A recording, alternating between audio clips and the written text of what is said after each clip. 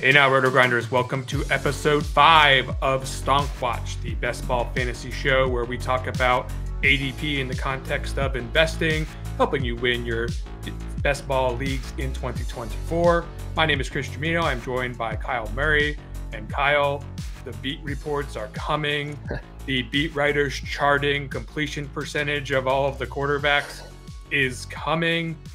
All the preseason training camp reports are coming. Are you absolutely ready for the bonanza of shifting and tilting of the best ball marketplace?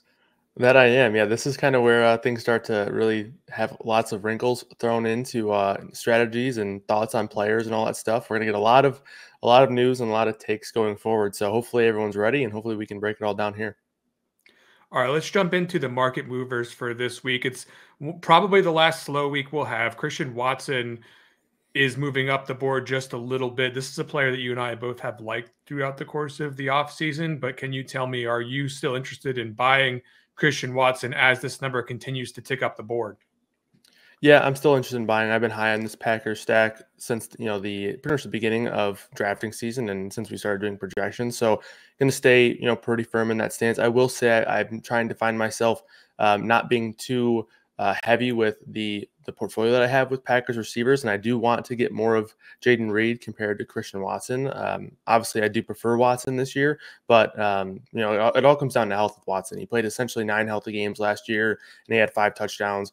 Jordan Love was a top 2 quarterback through weeks 10 through 17 last year, so I think there's plenty of upside in this Packers offense. So I'll still be buying on them. Yeah, of course, there are plenty of actual football reasons to like him, from his athletic traits up to what we've seen him do in his actual healthy time on the field. Of course, if you are a believer in medical hamstring asymmetry takes across the course of the offseason, we've seen reports that they're working on his body and trying to get him out of the blue injury tent as often as he's been there and into the Packers lineup and trying to get him down the field for receptions. So I do like Christian Watson. I am still buying at this level. Glad to see that you are too. What about Marshawn Lloyd? Same team. Reports recently on his activity have been favorable. I've been on this for most of the summer. Are you continuing to buy as he goes up? Currently near 140 on Underdog.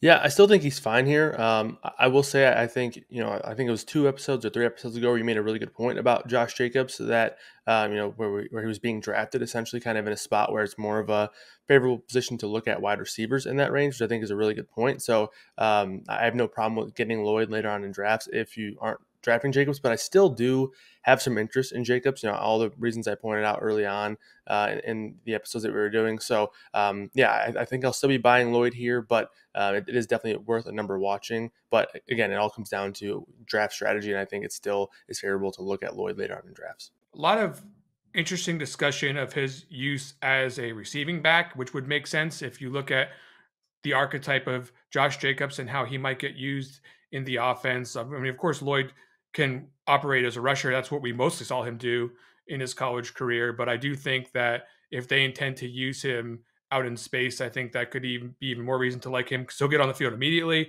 And of course, if he's actually good, he could even start to suction off actual rushing game work from Jacobs. Overall, it's a good situation for him. There is upside. Whereas with Jacobs, I think it's at the price way more tilted to the downside in terms of the distribution curve. So I would definitely rather take Lloyd than Jacobs. Okay, so throughout the course of this offseason, even in episode 1, we started looking at some players who had injury concerns. And we talked about some of the risks and pitfalls of taking players who had serious injury concerns. One of those players was Nick Chubb. Nick Chubb is starting to move up the board. I do not know how much that has to do with this video that you sent me, but that I'm flashing up on the screen now, or RotoGrinders YouTube if you want to come like and subscribe there, of Nick Chubb squatting 540 plus pounds 8 months after surgery. I'm not telling you what to think about this, Kyle, but it certainly does make you pause for a second when you see this. Are you buying Nick Chubb as he moves up the board because his ADP is rising this week? Yeah, I mean, not gonna lie, as someone who's been adamant about fading Nick Chubb, and I'm excited to see him, work back at full strength if he's able to do so. But I'm still not interested in buying at the current price. There's just too many trepidations here for me, and now that the price is going up, I don't want to, double back on my original take. I still think the point that we brought up early was strong, and maybe it was wrong, but nonetheless, I still think it's going to be difficult for him to return. We still haven't seen favorable reports on a timeline for him yet, which I think is going to be something that maybe you do want to draft him now before we do get favorable reports on a timeline and he shoots up in drafts even more. But at this point, I don't think, as impressive as it is, I'm not going to be taking any stands on buying a guy just because of a gym workout video. Although it is very impressive that he's looking as healthy as he is. I'm certainly not going to be disconcerted by a video like that, but I agree with you. I'm not really going to change my position on it.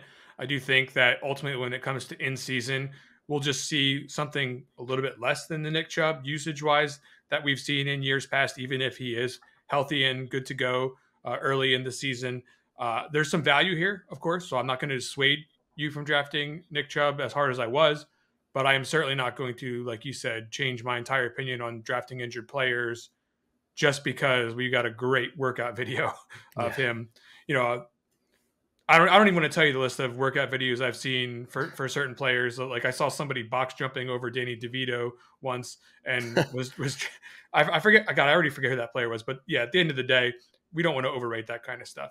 Okay, so Gus Edwards moving up the board, 117 right now is the ADP on Underdog Fantasy. Now the question I have for you about Gus Edwards is, even if we are right, what do we expect? What's the top end of Gus Edwards? Are you buying, at this particular level? This is pretty high for a running back. Yeah, I mean, I honestly, I think out of all of these three running backs here in the Chargers backfield, I would probably say Edwards has maybe not the lowest ceiling, but that's how, on a week to week basis, that's kind of how I feel. I think Dobbins, if he's healthy, his ceiling is massive. I think if Vidal is a guy who ends up later on in the year becoming that number one, like we talked about early on, I think that's a guy who I would rather have. So at this point, Edwards is probably the third favorite Charger running back to draft for me. So it's going to be a sell for me at this point. With his number going up, it makes it a little bit easier there as well. We haven't seen anything on Dobbins quite yet in terms of a really strong report, but he had the injury early on in the season, and there was some favorable stuff early on in June and April when he first signed that contract about his health. So I think Dobbins and Vidal are going to be the guys there for me. So I'll be selling on Edwards. Yeah, later in the show, we're going to be talking about NFL meme stocks. Vidal didn't make the cut. He could certainly be someone that could qualify as our quote unquote meme stocks for the show. But yeah, Gus Edwards is maybe the antithesis of a meme stock. He's just someone who's just sort of, you know, not being hyped, never hyped by the public. The fact that his ADP is going up at all is actually surprising to me. But again, this is something I'm sharing a brain with you on. I'm not overly excited in drafting too much Gus Edwards, although I will make sure that I grab maybe a couple of shares because it is Jim Harbaugh and they do love to run the rock. Okay, one more player to the upside to talk about this week. Brandon Cooks is up to ADP 114 on Underdog. This is a Cowboy situation that is very concentrated in the top in terms of CeeDee Lamb, in terms of Jake Ferguson at the tight end position. And then you don't really see a lot of hype, at least until recently, on any of the wide receivers. Are you buying Cooks at 114? He's getting up there in years. Are you expecting him to have a couple of good seasons left in the tank?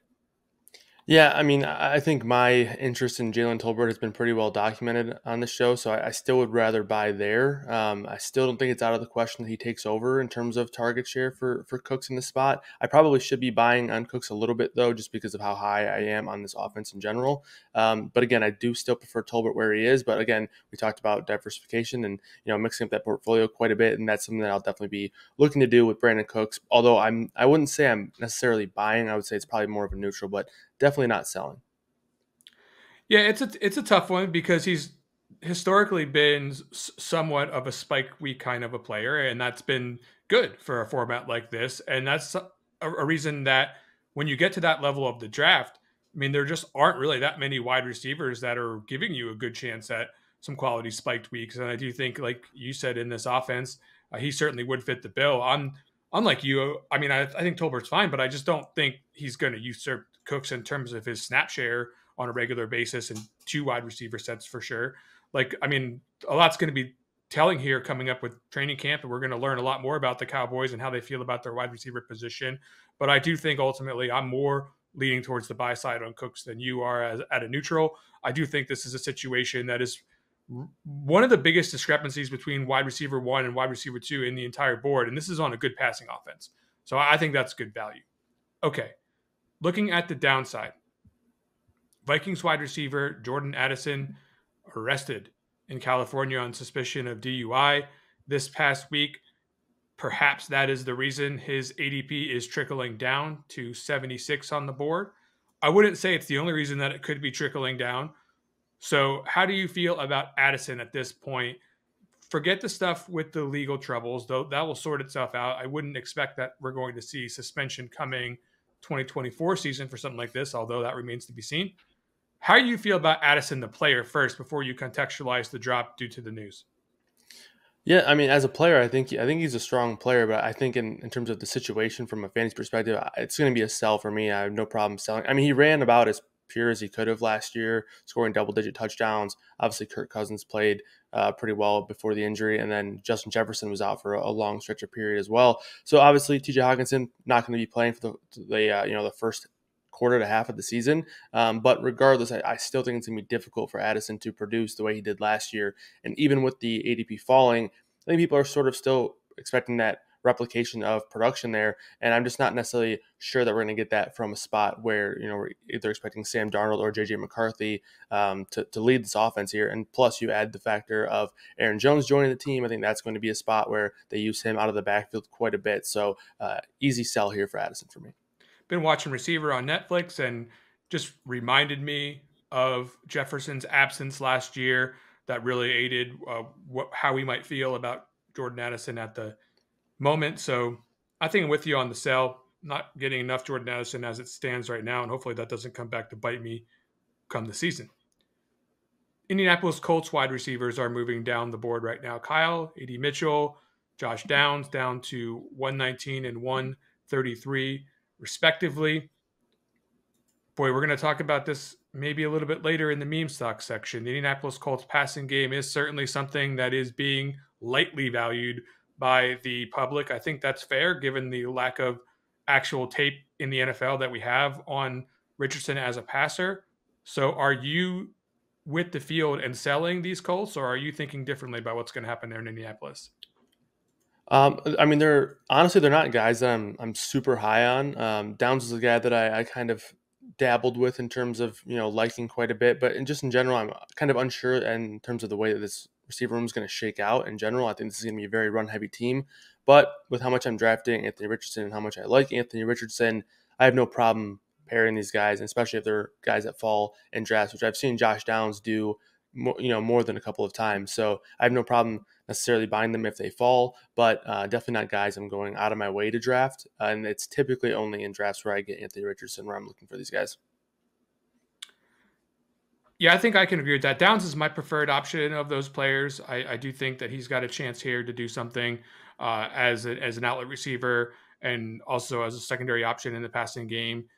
So for me, I'm buying more Downs than Mitchell, but I can understand your hesitancy here. I really do think that the fantasy strength of Richardson's game is going to be in the run game. I do totally agree with how this offense is going to look, run heavy from your perspective. So ultimately, I'm not going overboard on either player, but Downs is my preferred option. Blake Corum is sliding down the board, somewhat contrary to what was happening earlier in the offseason. He's down to 121. You've talked at length on previous shows about not being so confident about Kyron Williams. How do you feel about Corum also sliding down the board? Yeah, I think this is maybe just a little bit of a correction period for Corum. I think obviously there was a lot of hype given to him. I think still well deserved, and I think this is maybe a spot where people are just sort of cooling off. I've also seen a lot of people, touting Kyron Williams.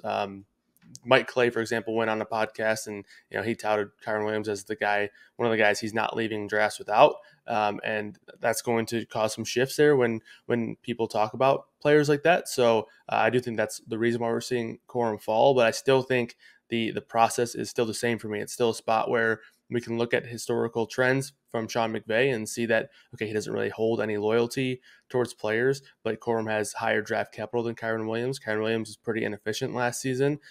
He did produce extremely well from a fantasy perspective, but again, Sean McVay isn't checking fantasy box scores. So Blake Corum is still the same process for me. I'm going to stick with it, so I'll be buying still.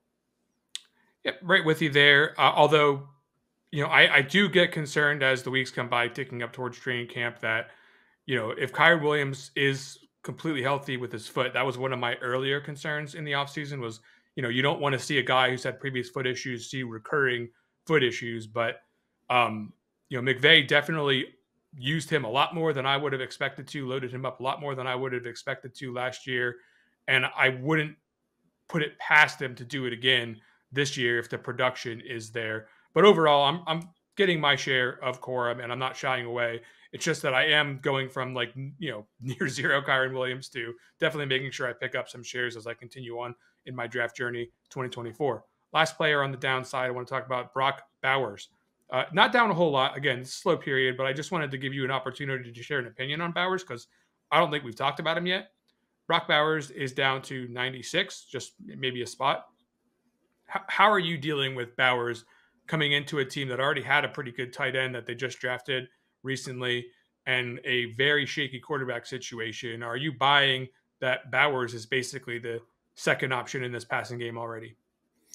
So, admittedly, first opinion on Bowers when he was drafted was that this was just not a good spot for him for fantasy for all the reasons that you just mentioned. Obviously, quarterback situation. They had Michael Mayer there, but I started to think a little bit more about it, and I sort of have now kind of come across the thought that if they went out of their way to draft this guy as early as they did in a spot where they definitely didn't necessarily need help there, that tells me that they're very confident in him and they have ways that they want to use him. So I'm still going to be buying Brock Bowers here. The quarterback room is shaky at best, sure, but I think that there is some names there that can be thrown around as guys who can get the ball to players, especially in the open space. If Bowers is able to create separation, which I think he'll be able to in the NFL, and then you have the concerns with Devontae Adams. Obviously, the show receiver, like you mentioned, is rising some of those problems once again. But no Jimmy Garoppolo, so maybe that'll cure some things that we're definitely showing to rear their ugly head last season. But regardless, we've heard some jokes thrown around. We saw Aaron Rodgers on the golf course say that he was going to be playing again, or excited to be playing again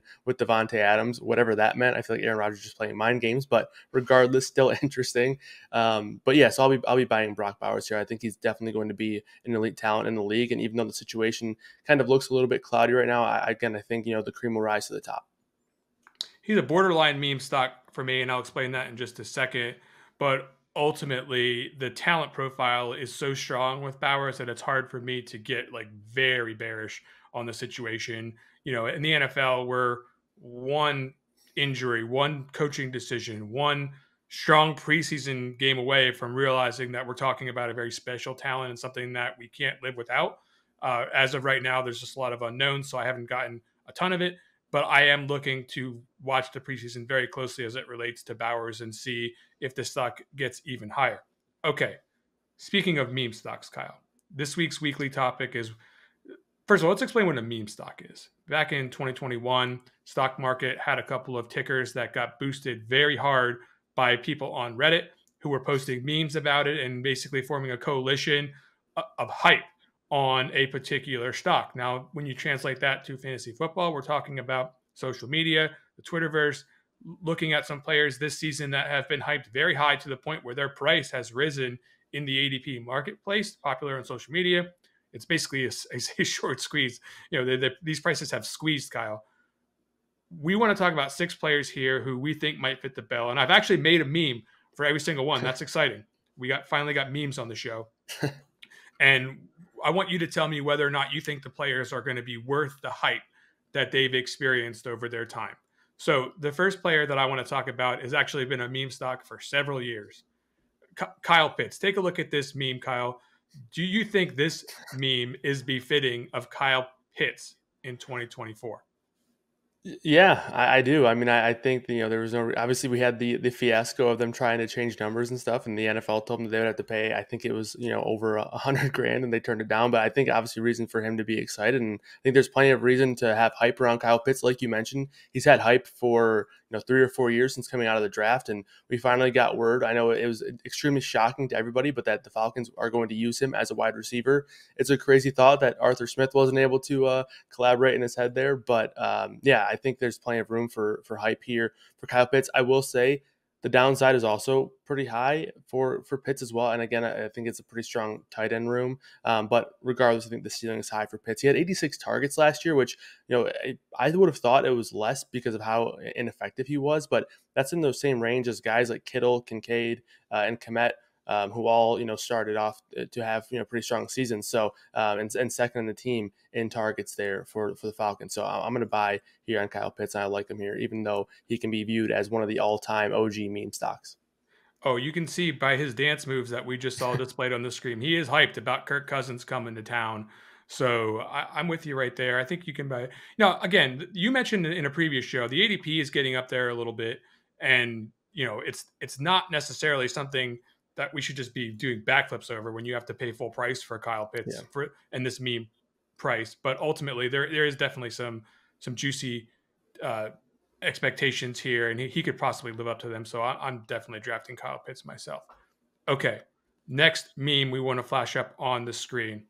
Last year at the end of the season, we saw Trey McBride get a string of 9 target games, 9+ targets.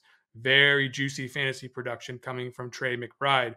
But enter 2024, we've got Marvin Harrison Jr.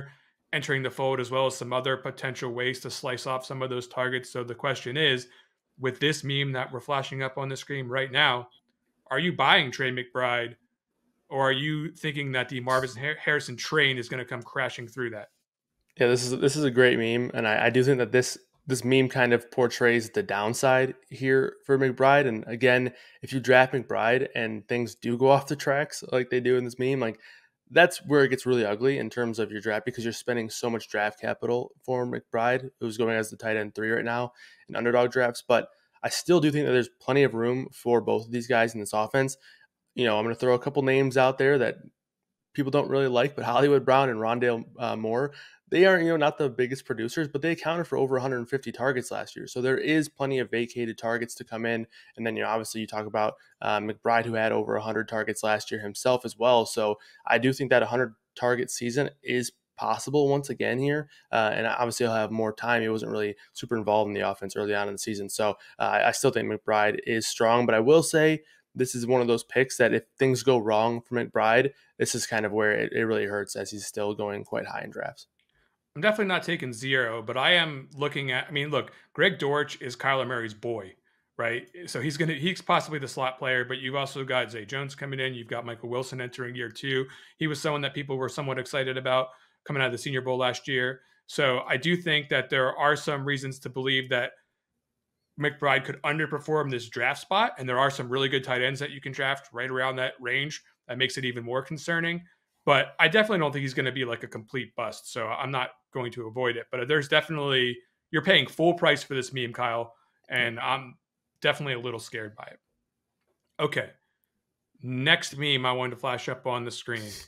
Let's talk about George Pickens. Now, is George Pickens a meme stock, Kyle? That's a question because you've got a situation where he's the really only game in town for target competition on the Steelers, but that's not exactly a sexy place to be the only game in town at, right? Because you've got Mike Tomlin, you've got a very hard nosed style of football. You've got basically Arthur Smith coming in, who we're all old enough to remember what happened in Atlanta with the situation, basically Drake London not being fully unlocked. There's a lot of problems over there. And the quarterback situation, I hate to say it, isn't that much better. So, are you buying this meme that basically depicts George Pickens as having some downside with Arthur Smith and the quarterbacks? Or are you going to take the opposite approach and go with the field and pay, top 40 ADP price tag for George Pickens? Yeah, I do think he is a meme stock. Unfortunately, I will say he is a good profile for a best ball scenario just because he does have the spike. I mean, you look at last year in the playoffs, right, where he had over 130 yards in each of those games in week 16 and week 17. But all the points that you just mentioned, this team actually profiles pretty similarly to Atlanta of last year. I will say I do think Russell Wilson's a little bit better than Desmond Ritter, but I think we both, we know where you stand on Russell Wilson, and then the backup there and Justin Fields. But Pickens can be looked at similar to London, Freiermuth and Pitts. There, they both have both teams had two running backs that are going to be used. So I think the teams kind of profile similarly, and we know that didn't really work out that well last year for Drake London. I will say his rookie year was a little bit better, but obviously he didn't hold the ADP that George Pickens has. So the ADP is just too scary here for Pickens, who's currently going as wide receiver 27, 38, I think is his current ADP, which is quite scary here for the amount of downside that I do think he has in an offense that I don't think is going to be all that appealing for fantasy.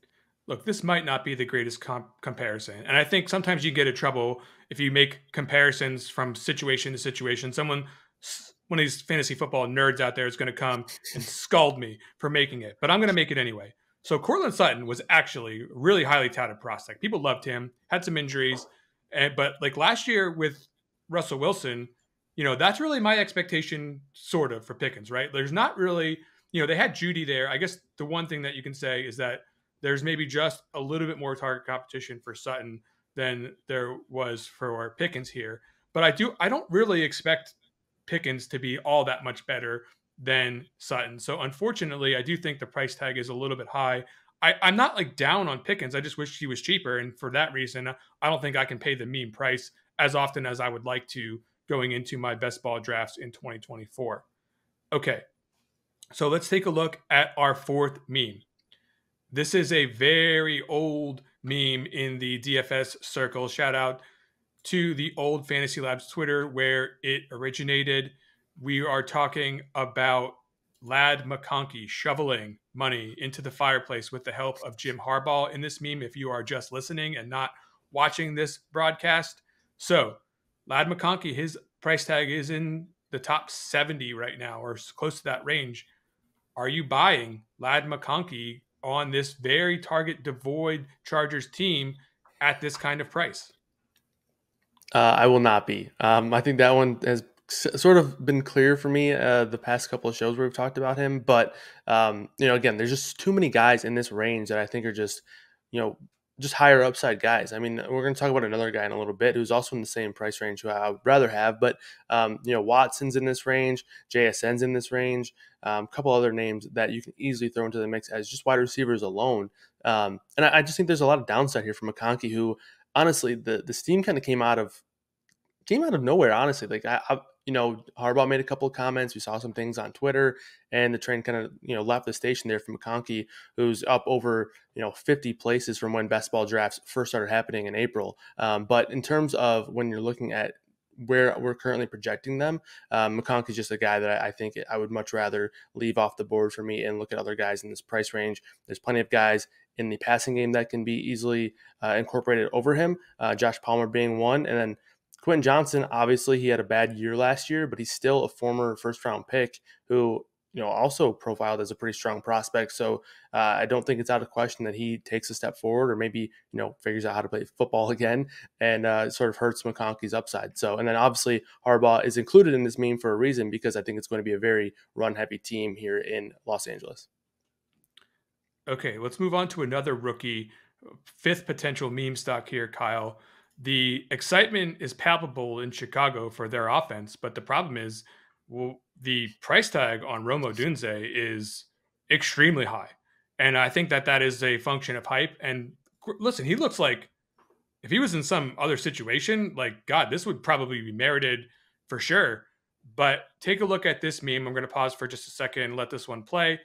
Do you think this is accurate? Do you think that DJ Moore and Keenan Allen are going to do this to Rome Odunze? Yeah, I think this is the absolute perfect meme for Odunze.